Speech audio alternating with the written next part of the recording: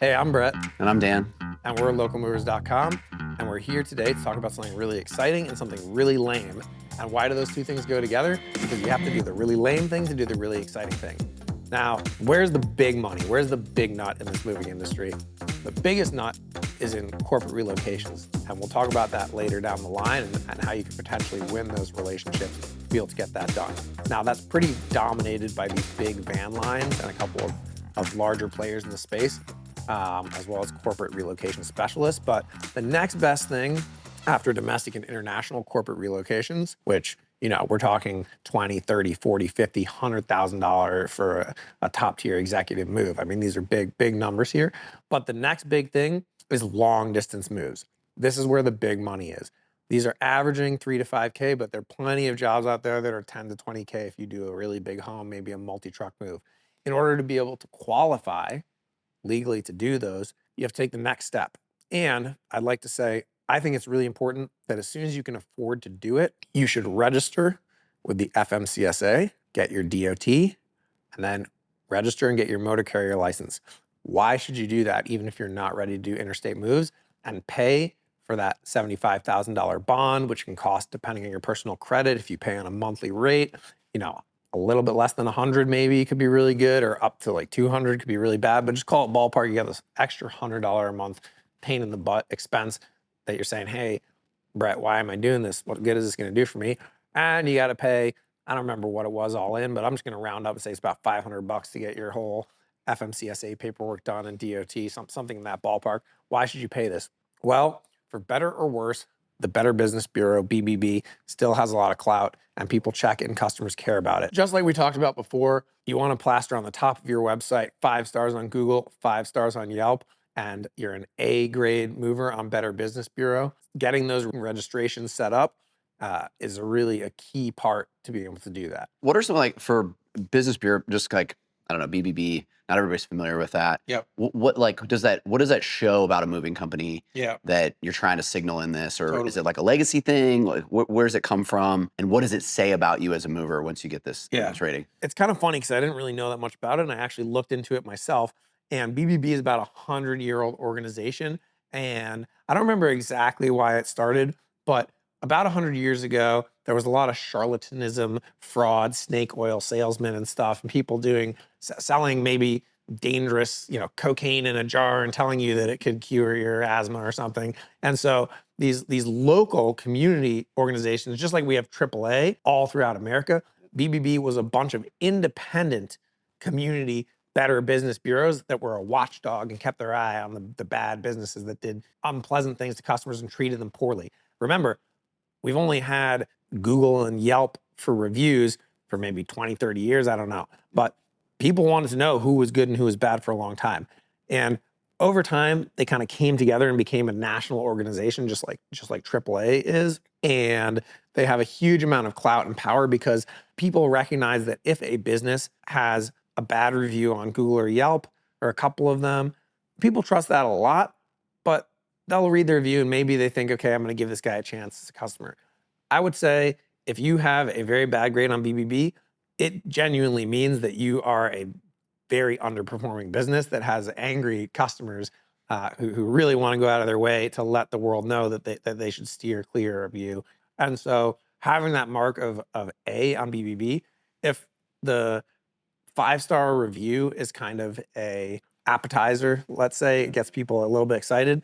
It's kind of the seal of final approval from BBB, just because it's such a long-standing organization, and they do make it hard to be accredited and an A+. It means that you have all your ducks in a row.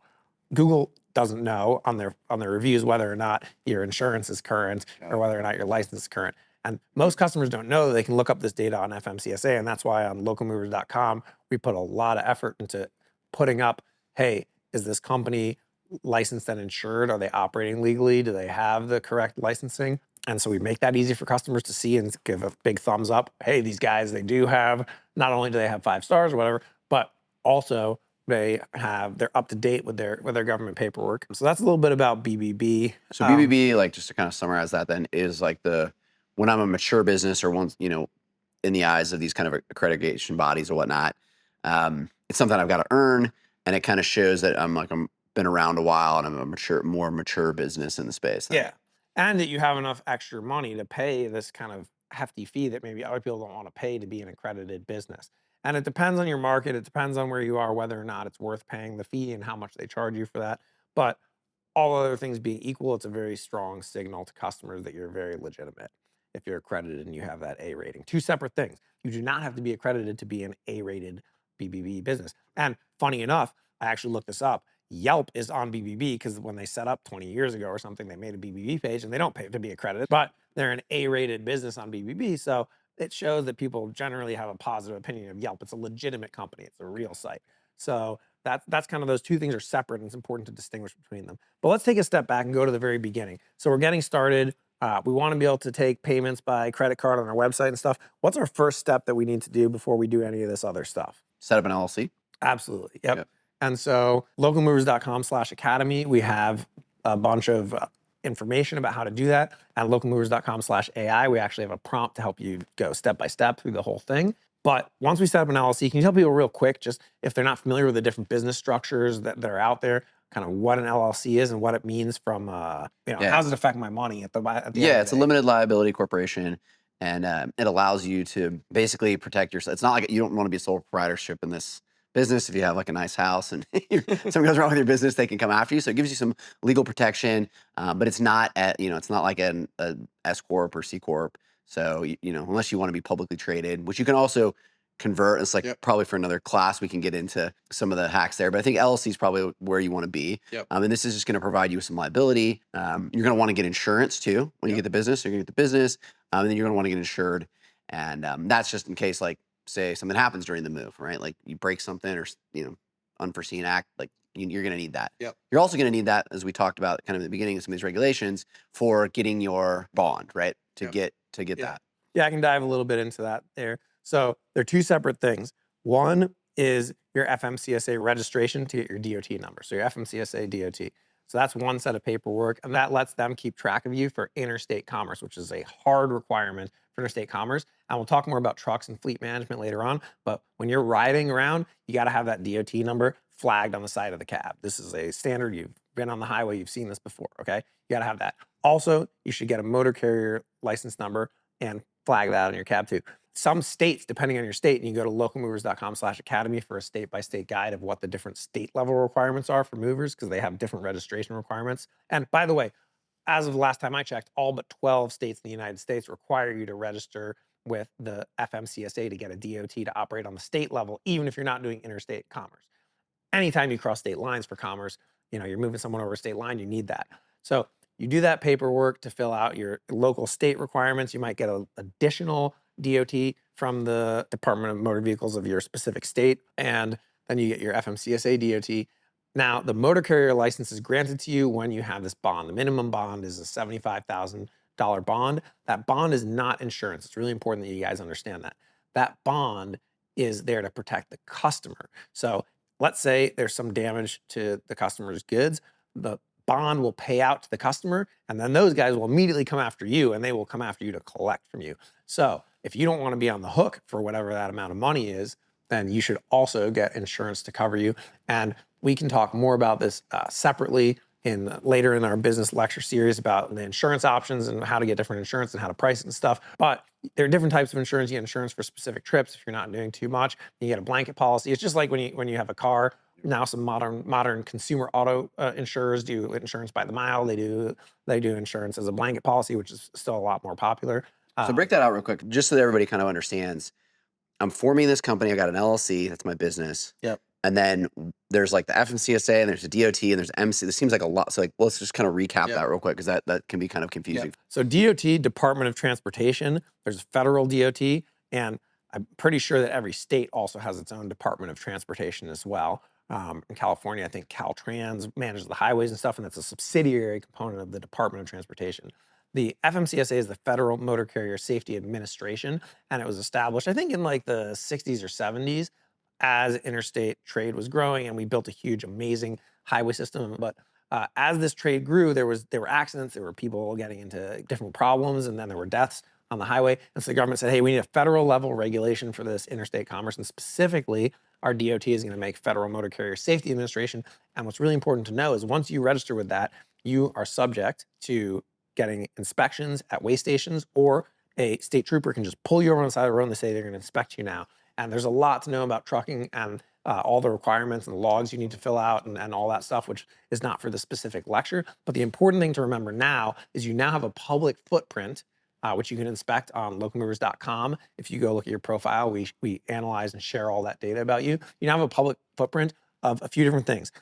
Your inspections are public, your violations are public, any crash that you're in is public.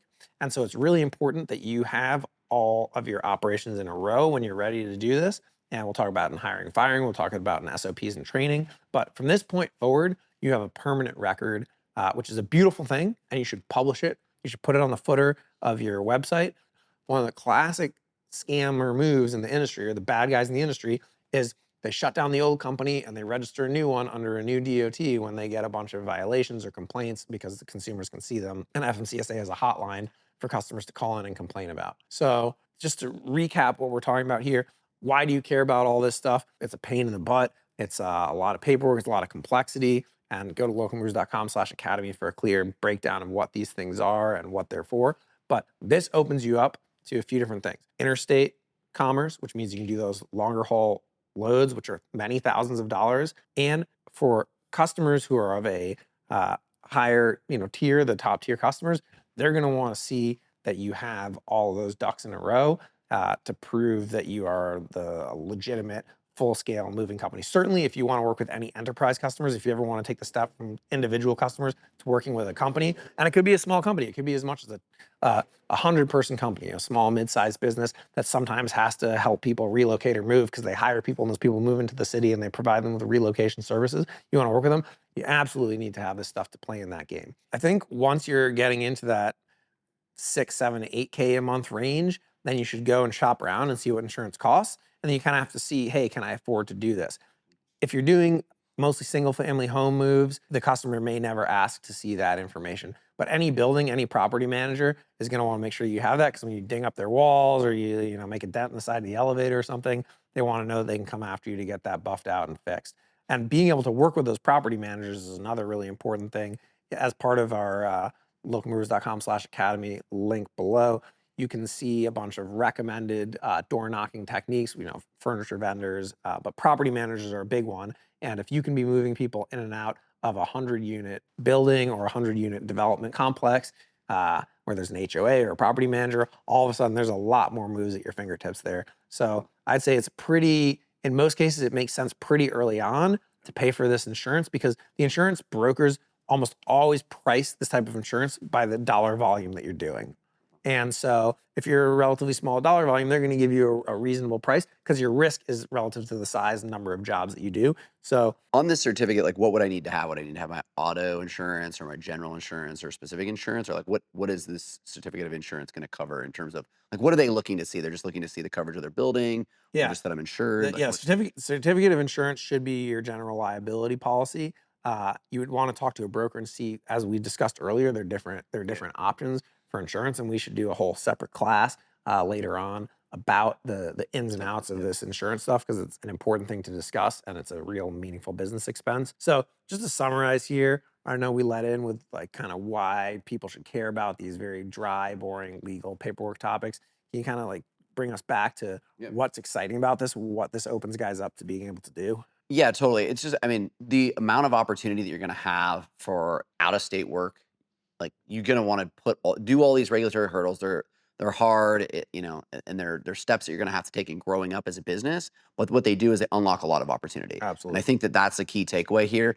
You're gonna be able to open up much larger jobs, and this is really how you're gonna be able to scale your operations. You're gonna be able to take on larger, like we said earlier, HOAs, bigger customers. You're just gonna be more grown up and professional, starting to get into some of these enterprise jobs, corporate relocations, and things like that, and having all of the the proper regulatory things, and dotting all your i's and crossing all your t's is Yep. absolutely critical as you level up in your business and take on these bigger jobs that are going to bring in more revenue and drive your business, especially on the B2B side. I think this is really what I would say is this is kind of the inflection point as a Yep. business where you're starting to do more business to business, which is going to be bigger volume in terms of money Yeah. and allow you to really scale the business to the next level. Another thing, just to go back to our prior lesson about managing your funnel and acquiring customers, in general, if you acquire customers for moving, you'd be surprised. A lot of them just are searching for movers. So it's very hard in the ad space for Google to price segment between a local move and a long distance move.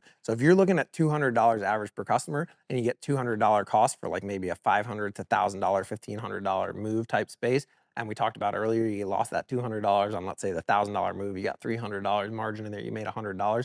That same $200 can get you that average price $4,000 interstate move. And so now you're making a lot better margin, just substantially better margin on that move. Let's say you have that same 30% margin that you had on the local move.